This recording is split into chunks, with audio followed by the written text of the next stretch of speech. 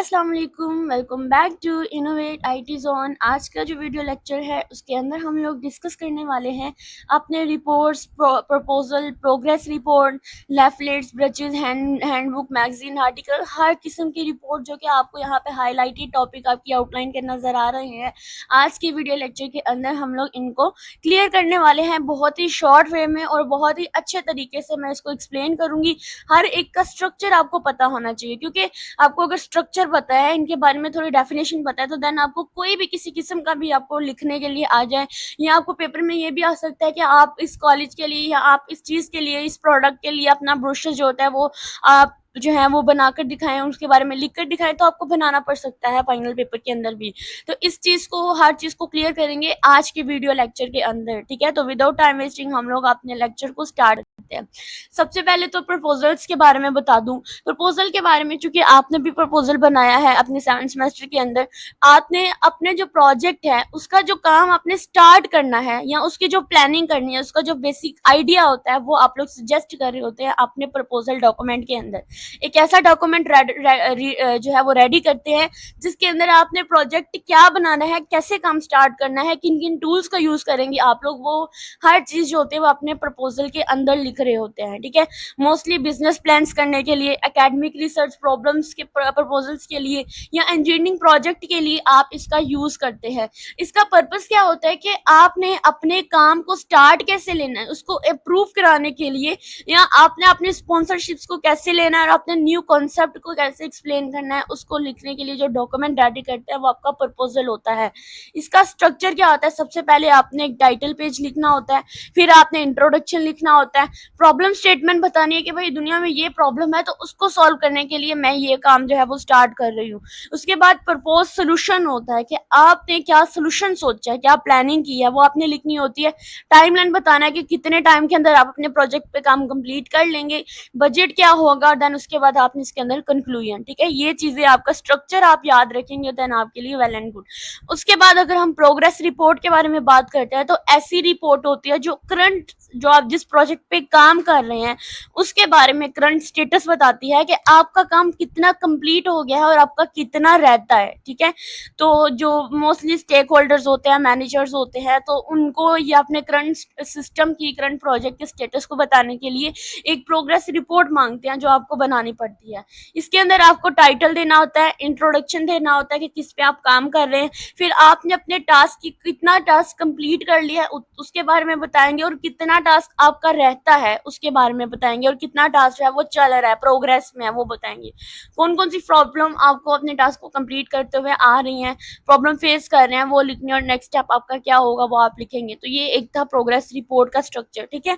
Progress report, उससे progress ही जब हम, मोस्टली होता है कि हमारे जो पेरेंट्स होते हैं, वो हमारे टीचर्स हमारी प्रोग्रेस रिपोर्ट लेते हैं ना, तो वो आपने इस तरह से प्रोग्रेस रिपोर्ट आपने वहीं से याद रख लेना है।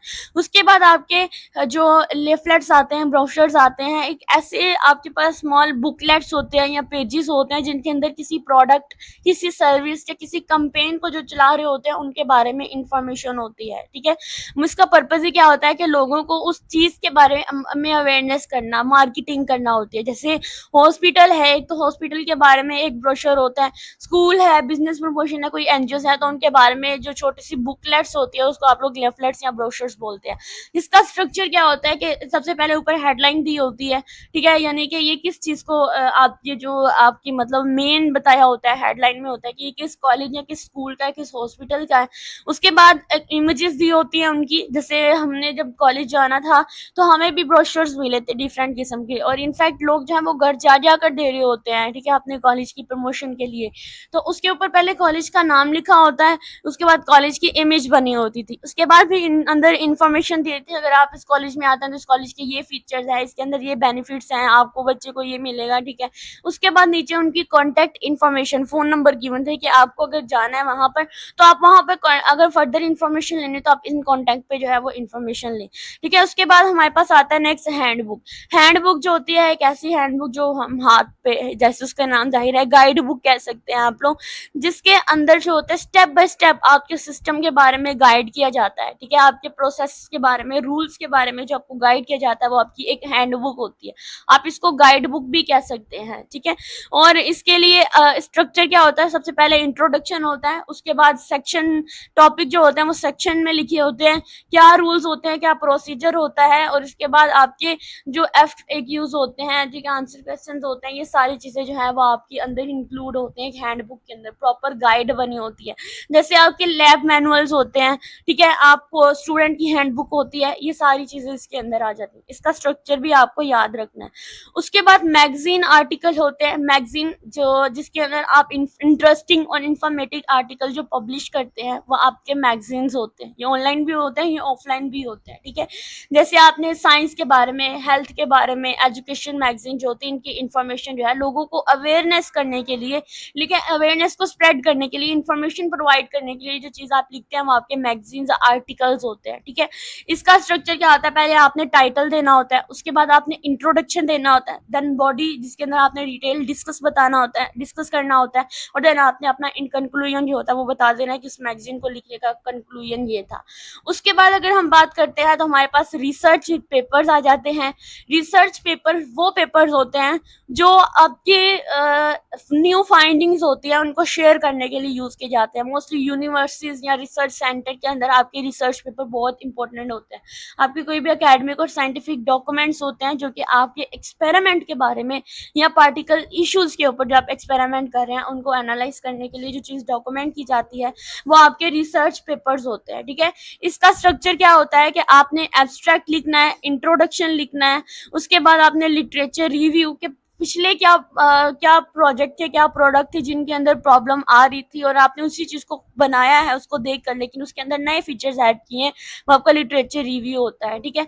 मैथडोलॉजीज, टूल्स वगैरह यूज करने हैं, रिजल्ट क्या आएगा, डिस्कशन, कंक्लूजन, रेफरेंसेस, ये सारे टॉपिक आपने अपने रिसर्च पेपर्स के अंदर इंक्लूड करने हैं। उसके बाद फिजिबिलिटी रिपोर्ट, जैसा कि उसके नाम से जाहिर है कि क्या आप इस प्रोजेक्ट के लिए फिजिबल है या नहीं, यानी क्या आपके लिए ये प्रोजेक्ट पॉसिबल है या नहीं, आपकी फिजिबिलिटी रिपोर्ट में आ जाता है। इसके भी स्ट्रक्चर देखें तो इसमें इंट्रोडक्शन, अपने ऑब्जेक्टिव बताने होते हैं, मार्केट एनालिसिस करनी होती है, फाइनेंशियल फिजिबिलिटी, क्या आप फाइनेंशियली इस प्रोजेक्ट को अफोर्ड कर सकते हैं या नहीं, टेक्निकली आपके पास ये चीज़ें हैं या नहीं, उसके बाद अपना कंक्लूजन इंक्लूड कर देते हैं। उसके बाद अगर हम बात करेंगे तो प्रोजेक्ट रिपोर्ट आती है। प्रोजेक्ट रिपोर्ट वही जो आप डॉक्यूमेंटेशन बनाते हैं, फाइनल डॉक्यूमेंटेशन बनाते हैं, वो आपकी प्रोजेक्ट रिपोर्ट होती है, पूरी फाइनल ईयर प्रोजेक्ट होती है, किसी कंपनी की प्रोजेक्ट होते हैं, ठीक है। इसके अंदर वही चीजें रिपोर्ट रिपीट हो रही हैं, आपने title page, abstract, introduction, objective, methodology, result, conclusion, reference ये आपने अंदर इंक्लूड करना है, ठीक है। उसके बाद टेक्निकल रिसर्च रिपोर्ट आती है जो कि टेक्निकल टॉपिक्स के ऊपर जो है वो डिटेल में जो रिपोर्ट रेडी करते हैं वो आपकी टेक्निकल रिपोर्ट होती है। मोस्टली IT के स्टूडेंट, इंजीनियरिंग के स्टूडेंट और साइंस फील्ड के जो स्टूडेंट होते हैं वो इसके ऊपर जो है वो काम कर रहे होते हैं। इसके स्ट्रक्चर की बात करें तो इसमें भी title, summary, introduction, technical background, ये जो समरी है ना ये आपकी एग्जीक्यूटिव समरी है, ठीक है। उसके बाद मेथड्स क्या है, किन किन टूल्स का यूज कर रहे हैं, क्या क्या कैलकुलेशन यूज कर रहे हैं, फाइंडिंग इससे आपको क्या क्या मिल रहा है, क्या क्या आपने सोल्यूशन जो है वो आप निकाले हैं, और उसके बाद आप कंक्लूजन इंक्लूड कर देंगे।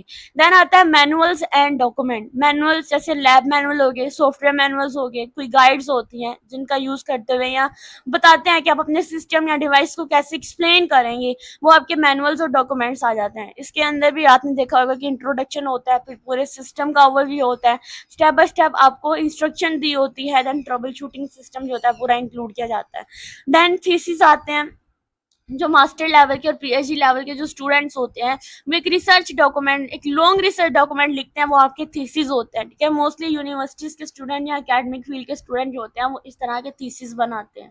हमारी जो फाइनल ईयर डॉक्यूमेंट होती है ना वो हमारी थीसिस ही होती है।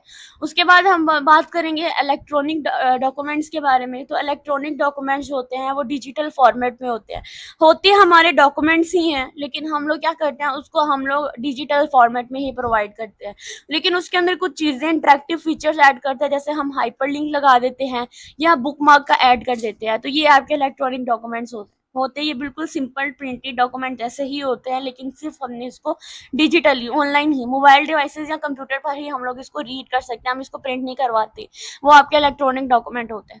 उसके बाद linear versus hierarchical structure document की बात करें तो इसमें क्या होता है कि लीनियर में होता है कि आप लोगों का एक कंटेंट का फ्लो चल रहा होता है किसी भी डिवीजन के बगैर, कोई भी इसके अंदर मेन सेक्शन सब सेक्शन सबके भी सब सेक्शन ऐसे हम इंक्लूड नहीं करते हैं। बिल्कुल जो अभी हमने जितनी चीज़ें अभी पढ़ी हैं वो आपकी लीनियर डॉक्यूमेंट थी, जबकि हायरार्किकल स्ट्रक्चर वो होता है, ठीक है, वो लीनियर स्ट्रक्चर में थी, जबकि हायरार्किकल स्ट्रक्चर में होता है पहले टाइटल आता है, फिर आपका मेन सेक्शन आता है, देन सब सेक्शन आता है, फिर सब सेक्शन का भी सब सेक्शन आता है, वो आपकी हायरार्किकल स्ट्रक्चर होता है, डॉक्यूमेंट होता है। तो आज की इस वीडियो के अंदर हम लोगों ने जो टॉपिक कवर किए हैं उनके स्ट्रक्चर देखे हैं जो कि बड़े इंपॉर्टेंट है, वो सारे हमने इन हाईलाइटेड टॉपिक्स को कवर किया है। एंड आई होप सो कि आप जो है इन टॉपिक्स की समझ आई होगी। इससे रिलेटेड फिर भी कोई क्वेश्चन हो तो आप लोगों ने ज़रूर जो है वो कमेंट सेक्शन में मुझे पूछना है। वीडियो अच्छी लगी हो वीडियो को लाइक करें और चैनल को भी सब्सक्राइब करें, जो कि बहुत इंपॉर्टेंट है। Thank you.